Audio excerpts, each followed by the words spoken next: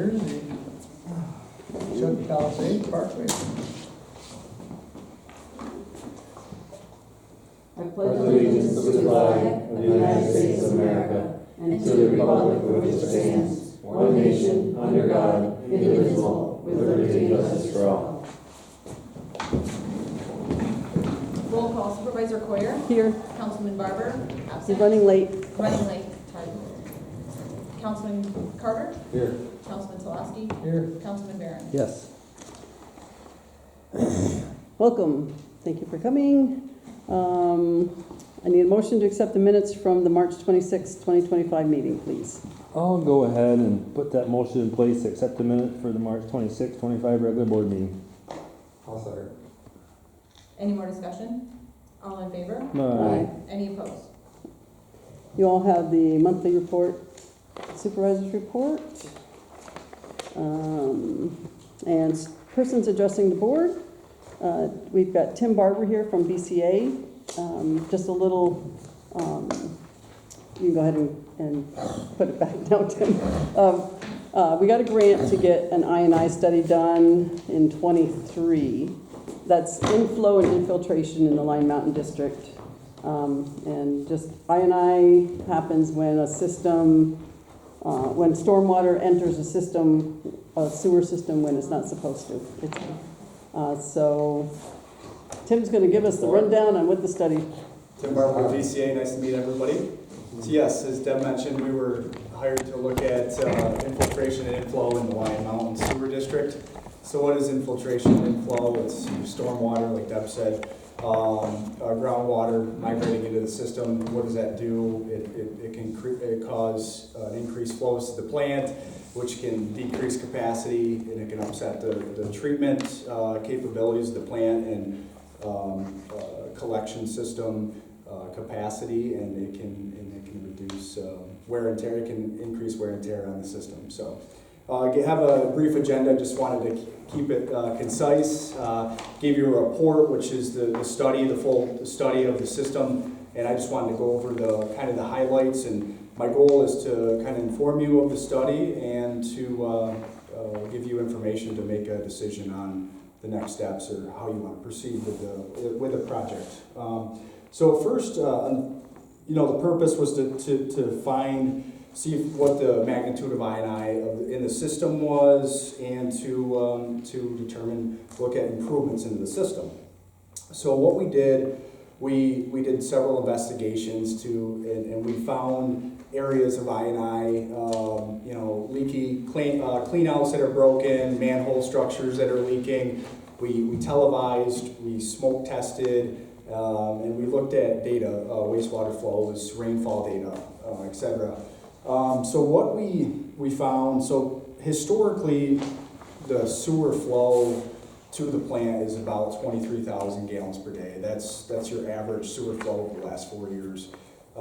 We've seen months, if you look at the second page, there's a graph of your water demand in blue versus your sewer flows in green. You can see that there's spikes in the system during wet months, your spring runoff, your snow melt runoff, and in the seasonal variation in flow. Normally, I&I is a result of rainfall, groundwater, and it's prominent. You can see that there's areas, times of the year, normally March through even in the summer times, where we see an increase in flow to the plant. And the second graph is a month look of the sewer response in green to precipitation. So the days you get an inch or two of rain, there's a response in the sewer system. So Tim, just for my sure, yeah. Just for my knowledge, interrupt. what's the difference between an infiltration and inflow? How do the two separate from one and the other? Sure. So infiltration is more leaky pipes, cracked structures, manholes, groundwater. Groundwater getting into your collection pipes, your pipe network, and your structures. Inflow is more surface runoff. If you have like a manhole cover that's off, or a cleanout cap that's off, or you have connections like private connections where you have sump pumps or roof drains, foundation drains. So you get inflow can be more rapid response. You get that inrush of flow. And we found a few sump pumps. Technically, they're considered illegal connections, but a lot of times you have basement drains in older homes. You have sump pumps. People have issues with groundwater in their basement and need a place to put it. So a lot of times, historically, that's where it goes. And actually, the Lion Mountain did a project in the early 2000s to try to separate that in Phillips Court area. So that's the difference, Okay. Joe. Thank you, I appreciate that. Yeah, feel free to interrupt if you want something explained. We looked at flows to the plant, instantaneous flows. We looked at nighttime flows when you would expect flows from people to be less. You can see in the spring months we have 10 to 40 gallons a minute coming into the plant, 12 to 6 in the morning.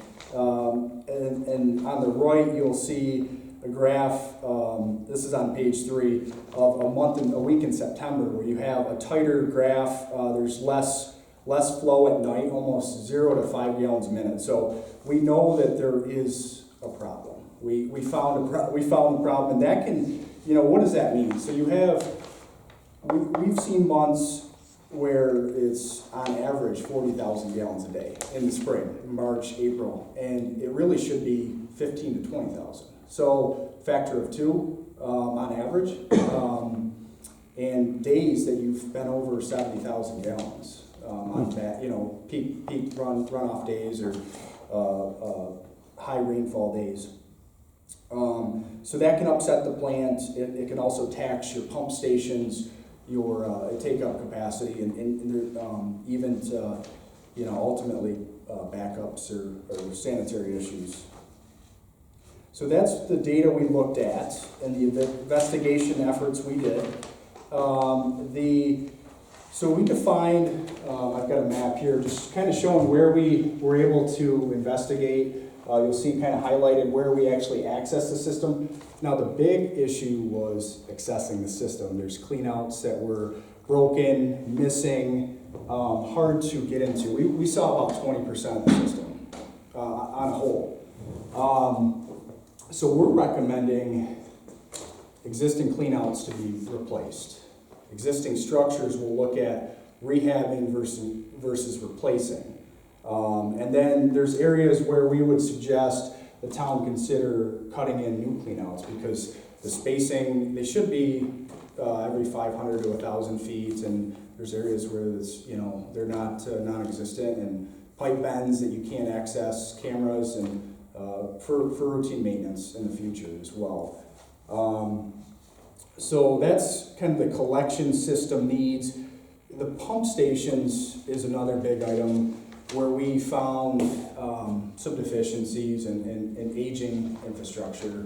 The electrical system controls and monitoring capabilities. There's been several issues in the past with electrical gear, and there's no backup alarms, there's no remote communication for the operator to understand what's happening at the station. And as a result, I know there's been issues where we've had backups, overflows, and just those are some of the items we'll talk about with pump stations.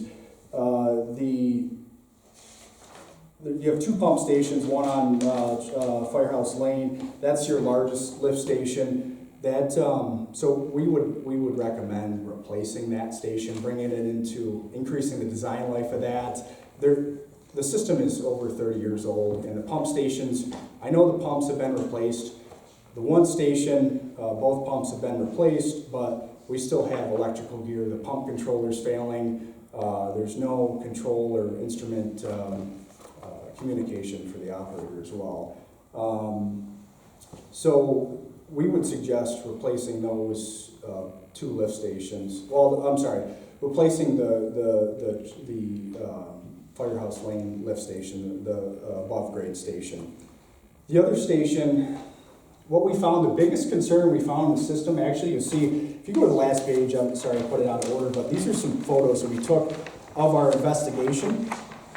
You'll see that there's some solid settlement, and some settlement and route intrusion in that Route 374 section. This services four homes, I think maybe two are active. But that's probably a result of lack of demand. You've got an 8-inch pipe and there's barely any use. You've got solid settlement, and so that's creating kind of an issue unless without resolution, that's going to continue to happen. So what we're proposing here would be to either convert this to an effluent sewer, cut in septic tanks. Yes, sir. Are you on the north end of Lime Mountain there? Is that up It's where? 374. The eastern 374 across from like the post office. The one that services like It's the small. Jingle Lodge and Oh, that strip. Okay. Okay. Two options there. We convert it to an effluent sewer, then you only have liquid transmitted to the pump station, or we could consider grinder pumps. The town could look at individual grinder pumps. So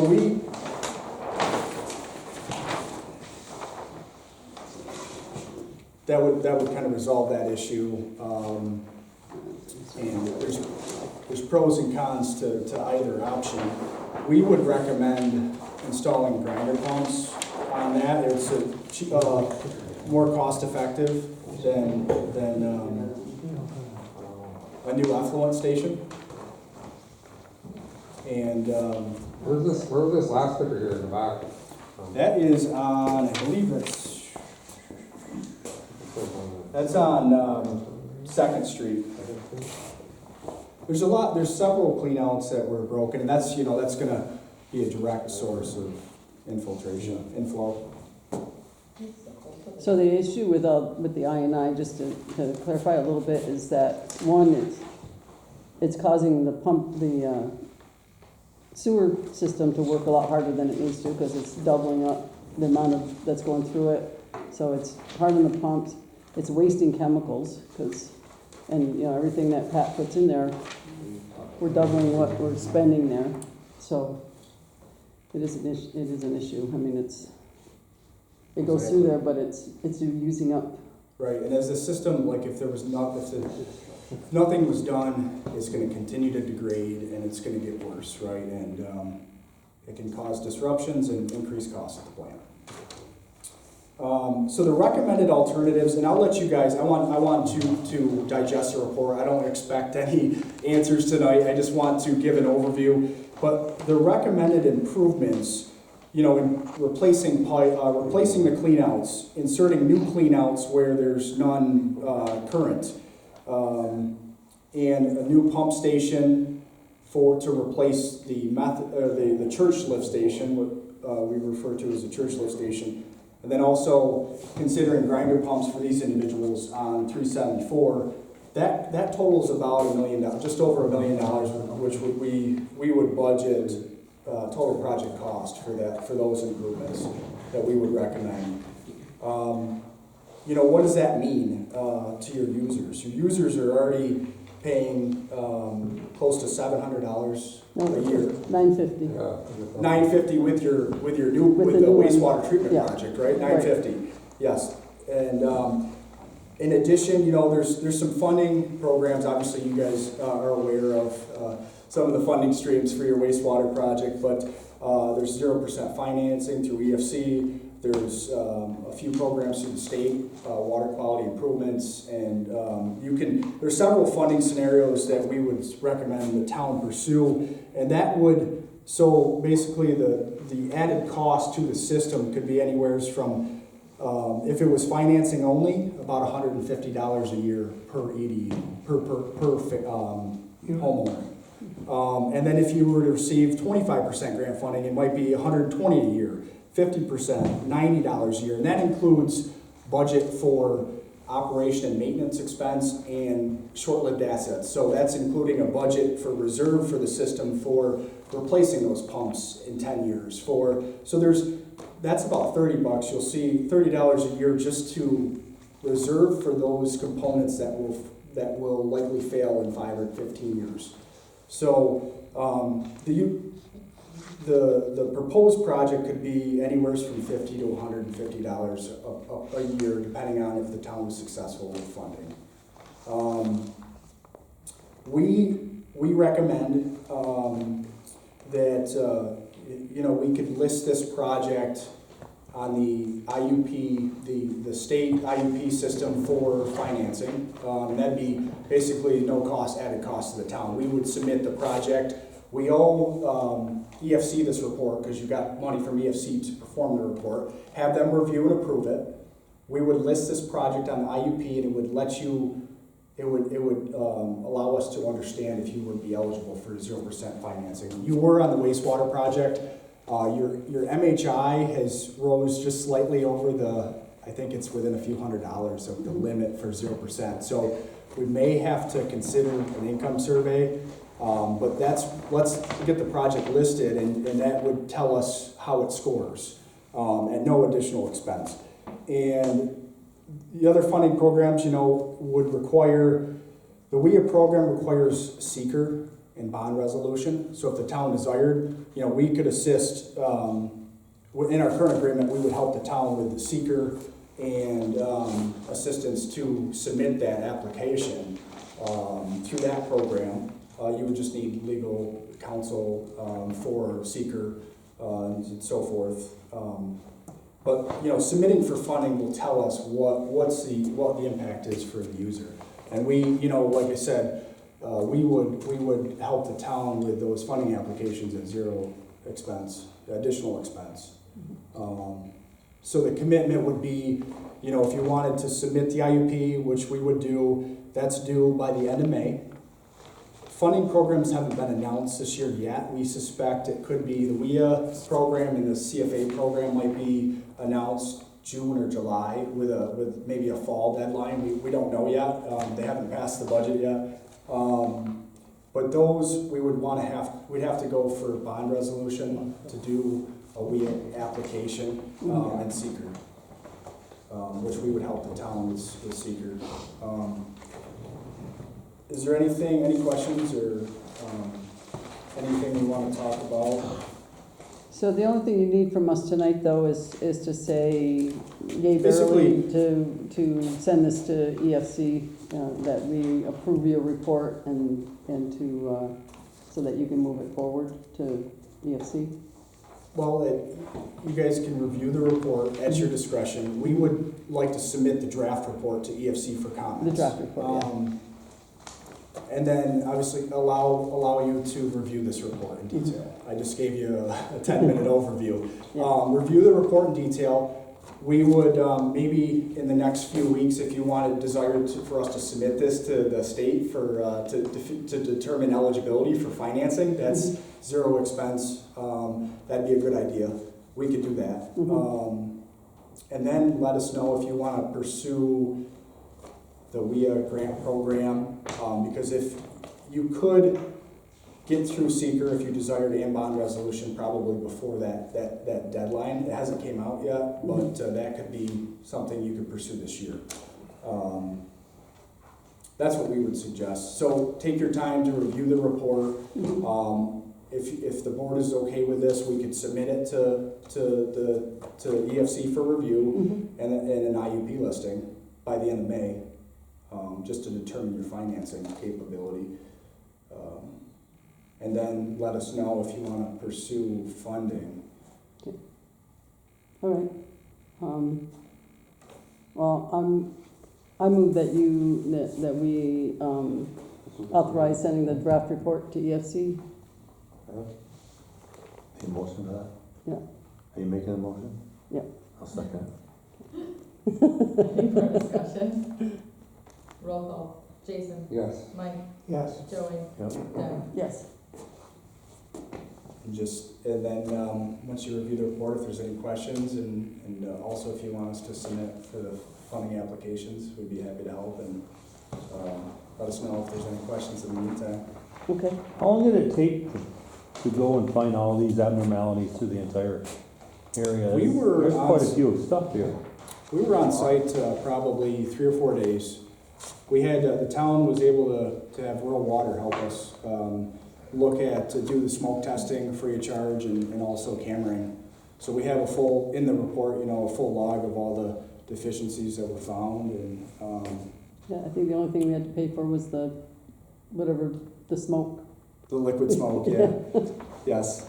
Quite a few things that we found, but, you know, I'm showing you the bad photos. I mean, a lot of the pipe is in good condition. It's all PVC pipe, it's 30 years old. It's still got a long design life.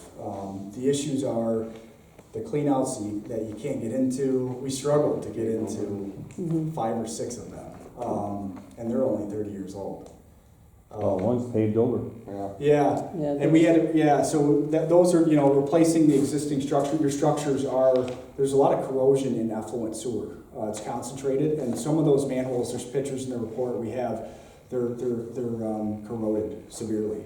We recommend replacing those with a lined manhole structure that would last 50, 75 years, like plastic lined from the factory. Precast concrete with plastic lined would be our recommendation. We looked at rehabbing those, but the cost is similar, but a rehab structure may only last you 25, 30 years as opposed to a similar price structure you get new and it would last 50, 75 years. This is the design life for that. So we looked at both options. Okay, wow. There's a lot there. A lot of information in the report, and you know, I know I breezed through that. If there's any questions, you know, Deb, happy to absolutely. answer questions. So at this point, we'll submit the draft report. Okay. Do you want me to wait for your direction on the IUP listing?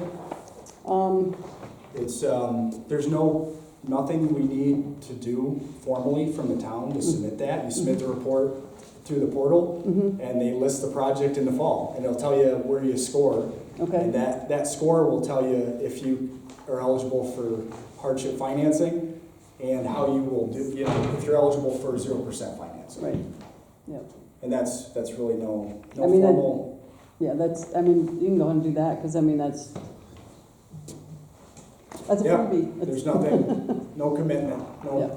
further So commitment. there's more to this than what this map shows, or everything's on the north end of town?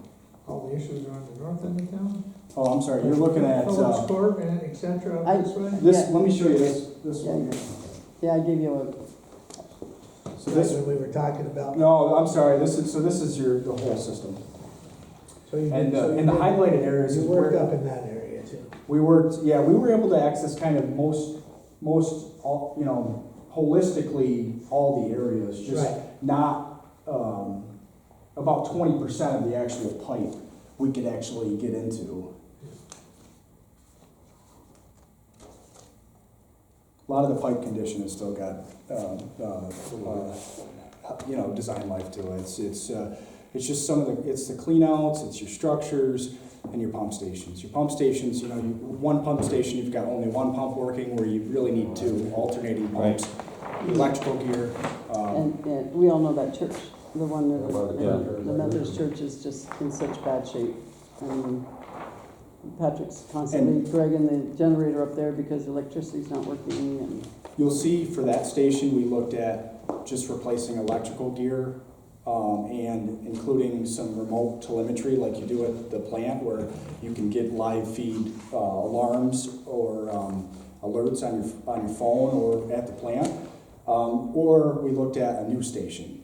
We're recommending a new station because the existing station, we understand that it's pumping a lot less than what it should, the flow rate out of the station. And that is, we understand that it's pumping less than sometimes what is demanded, so that's not a good area hydraulically to be at.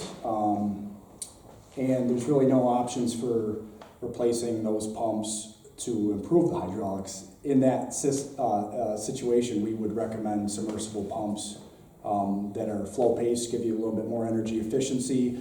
It'll push water as it needs to and not at a set point. So there's some options there that would help ensure that you have adequate infrastructure for the foreseeable future. So this entire proposal, if I understand you correctly, would correct all the highlighted areas that we found, that was found in that scan? That would correct all those? The proposal here that we need to put through? Yes. Okay. And what it will do is it'll allow you to, we didn't find every area, we don't know every area that's contributing to this problem. Okay. The areas that we televise, we know that there's issues, but there's some areas we couldn't see. This will help, replacing those cleanouts will allow future access, and it will reduce your INI, but to think it's gonna reduce all of it is just not practical. It'll allow you to, if you install a cleanout in a problematic area, you'll understand, okay, we have a lot of flow coming from that direction, let's investigate that section. Right now, we can only get into certain cleanouts, so. Okay. Thank you. Put that back over there. Do you need anything else from No. us tonight, Tim? That's, thanks for having me, and Thanks for coming in. let me know if there's, review the report. We'll submit, This is what we had up there. we'll submit this to EFC, and we'll get it listed on IUP, and then just let us know if you want to pursue the funding applications. Okay. Yeah. Yep, sounds good. Thank you. Thank you, Tim. Enjoy your ride back. I will. Thank you.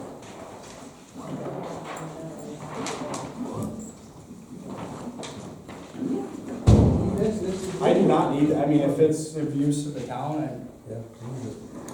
sure.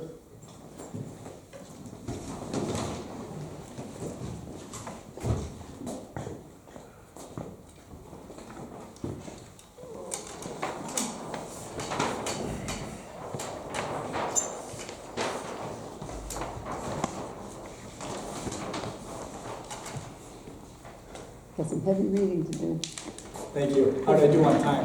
Great. Good. Did good. Perfect. All right, have a good Thanks, night. Tim. Take care. Safe travel. You too.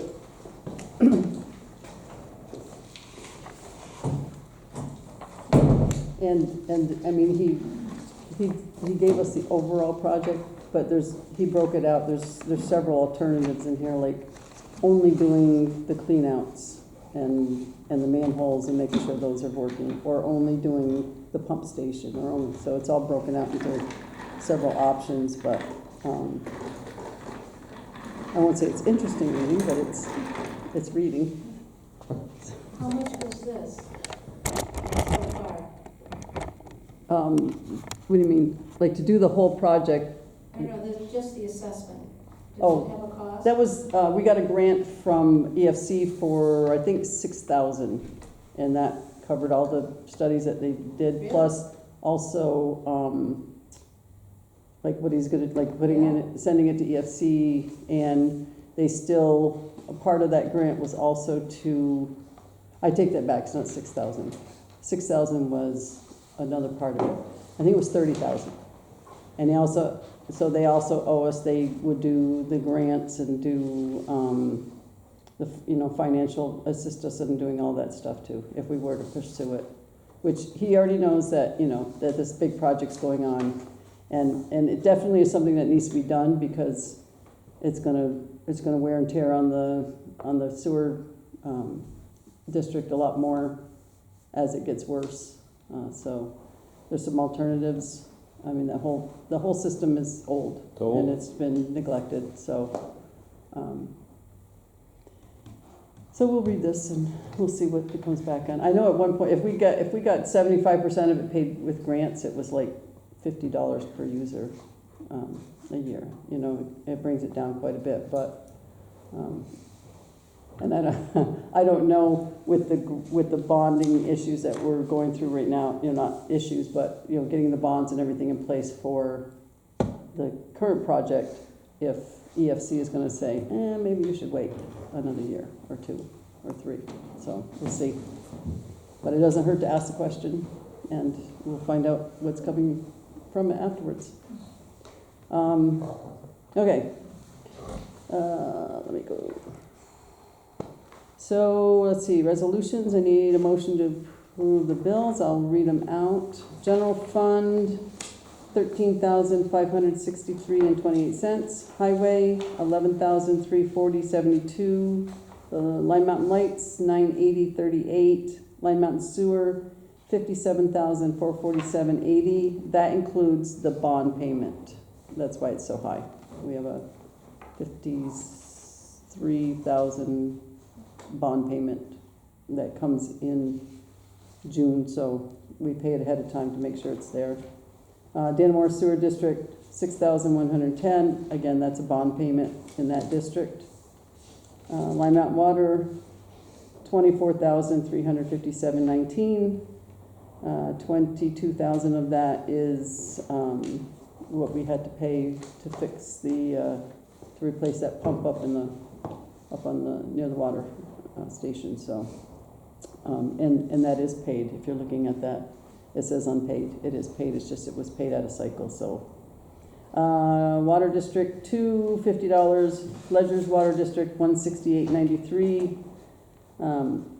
Trust and Agency 2,831. But as I said before, that really isn't more money coming out of the town. That's money that's like money that the guys are already, it's coming out of their paycheck. It's like, so total is $116,822.97. Go ahead and make a motion to pay the bills for April, total $116,822.97. Second that. Any more discussion? Roll call, Jason? Yes. Mike? Yes. Joey? Yep. Deb? Yes. Next one is to approve scheduling a special meeting on May 28th before our regular meeting at 4:30 to have the guy from APA to do the Priscilla Core presentation. Aaron Zeman. And Same day as our meeting? yes, it's just at 4:30. And so in addition to the 7 lakes in the Adirondacks that already use Priscilla Core, 2 more have applied. One in Mountain View Lake is applied in Franklin County, and Eagle Lake in Essex County have both applied for Priscilla Core applications to the APA. So anyway, need a motion to approve scheduling that meeting? I'll make a motion to approve the special meeting to be held at 4:30 for the APA gentleman, Aaron Zeman, to come down and educate us on the Priscilla Core treatment plan. I'll second. Any more discussion? All in favor? Aye. Any opposed? All right, old business. Dam repair update. Okay, so the parts have been ordered.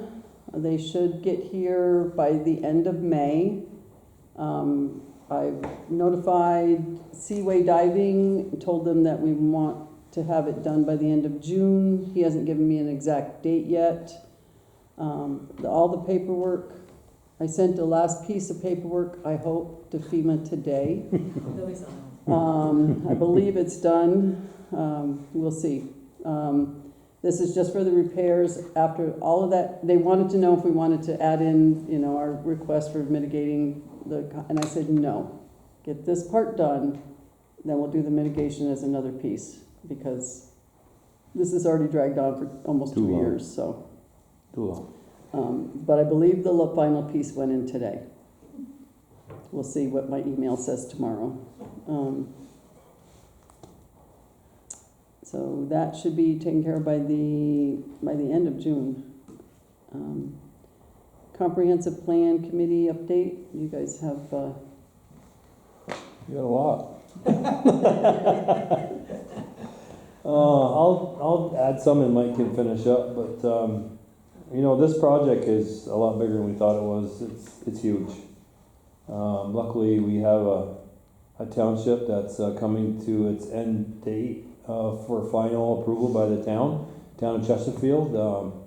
One thing we did not know, that they actually started this thing in 2021, and they're just coming to a conclusion now. So I'll let Mike and I traveled down to Chesterfield last week to meet with Andy Prescott. Yeah. And who was basically the chief point person for the town of Chesterfield committee. The guy is quite intelligent, And I'll let Mike go into a little more detail what he told us that we should be doing. The guys was super knowledgeable. We went to a meeting probably a month and a half ago when MJ, who is the comprehensive planning team out of Saratoga, are their people. They were there. We got to talk to the guy, but we have been in total confusion. We've got copies from 2 or 3 towns. Trying to do this, trying to do that. We had a couple of local meetings where we tried to break it down and people were just becoming more confused. So Andy was home for a week because they had they're next to their final meeting was last Monday, a week ago.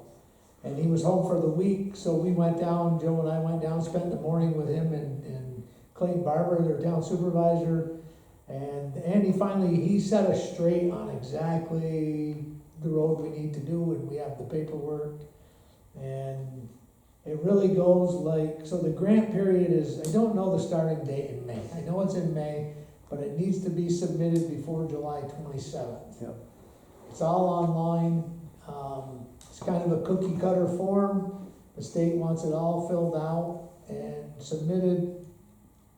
We took a copy of their report, and then you can, obviously we have to juggle stuff around, but it's the clearest it's been now that we've actually seen the form. It's actually kind of makes sense now, Yeah. what we're doing. Yep. But the process is slow, so we need to get this filled out, get it in by July, make sure everything's right. MJ will be contacting us, or Joe's gonna contact them, so they can stick their nose in to make sure that it's right. And when we submit it, we will not know until November. And if we're awarded the grant in November, then we have to wait, we have to sign a contract with the state. That takes 4 to 6 months on our behalf, probably 30 days to get it filled out, set it in.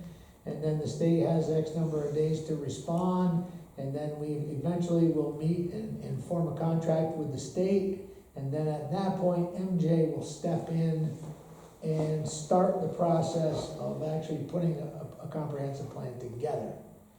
And like Joe said, Chesterfield started in 2021, and they hope to finish in July. They hope their final meeting is in July of this year.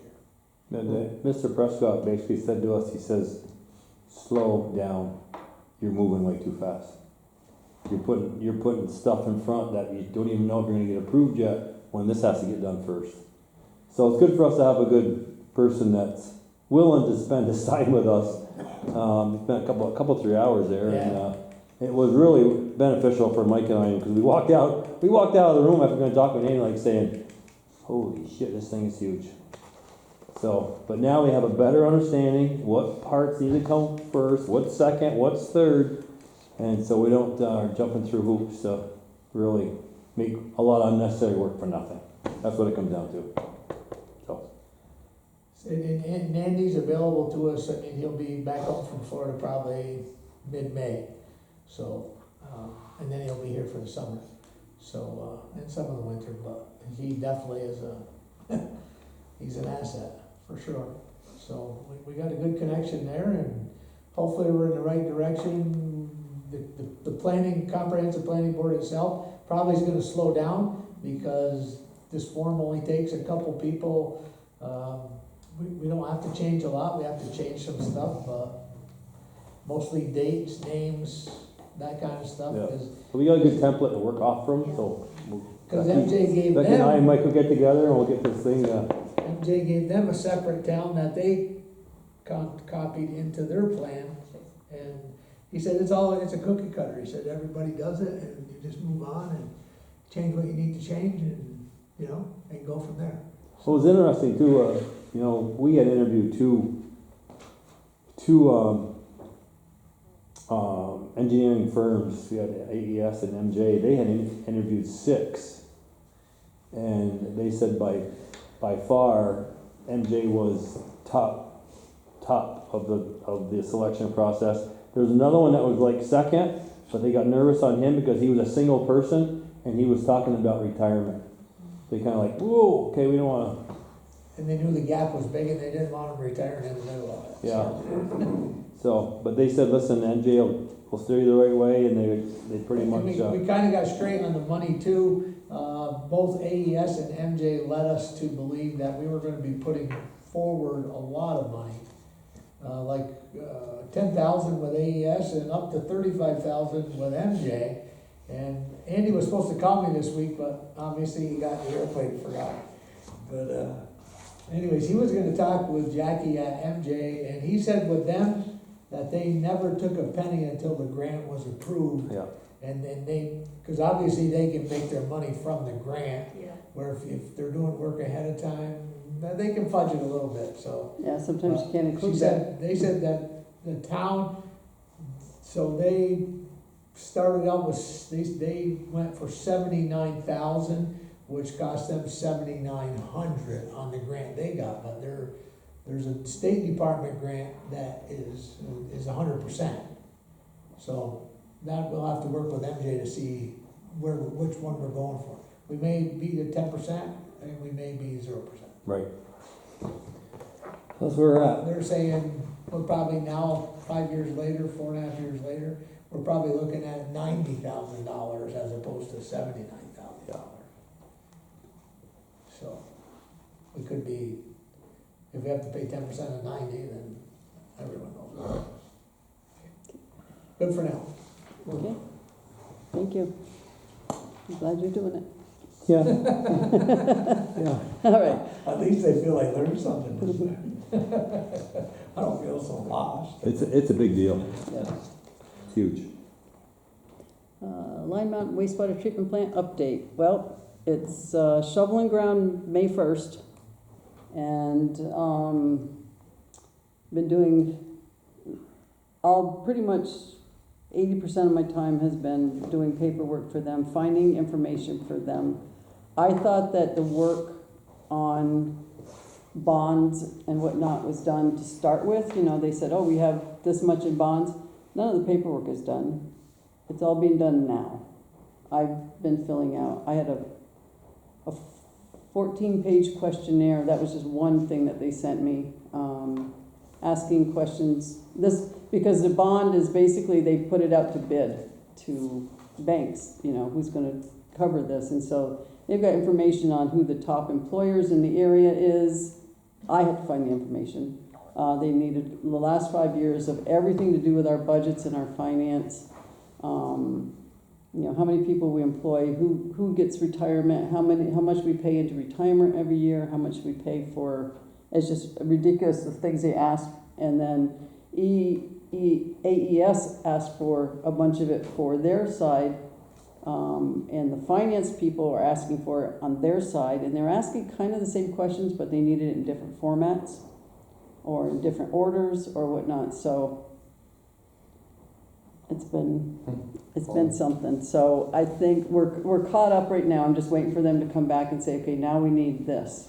And but the bond, we're supposed to have the money should be to the town by May 27th, because at the end of May, the people that have been working since the 1st of May are going to want to be turning in their first payrolls and everything, and so they need that. Plus, they want a certain percentage up front so that they can buy equipment, buy the materials and that kind of thing. So it's coming along, but we've got a meeting next Tuesday at 9 o'clock. It was supposed to be this morning, and they had to move it because 2 contractors couldn't be there, but there's a pre-construction meeting Tuesday at 9 o'clock. If anybody can stomach to come. Yeah, I have my I'll be phone. there. So on just on that while we're on wastewater, Mhm. so I contacted both Billy Jones's office and Dan Steck's office to see if there was any more money, as the Hamlet of Lime Mountain is still gonna eat a pretty big portion of this if we total out anywhere near what they're estimating. And I've heard back from Dan Steck's office, and she's gonna get back to me again, a girl named Patty Miller. I'll give her to the end of the week. If not, I'll call her next week. Billy Jones was in a budget meeting I talked to whoever was in his office, and said he was gonna contact me, but that's been a week now, and I've heard nothing. Might have been a little sarcastic, saying, I know Chateauguay has done quite well. With Billy being in office, we could stand a little bit of that money in our direction.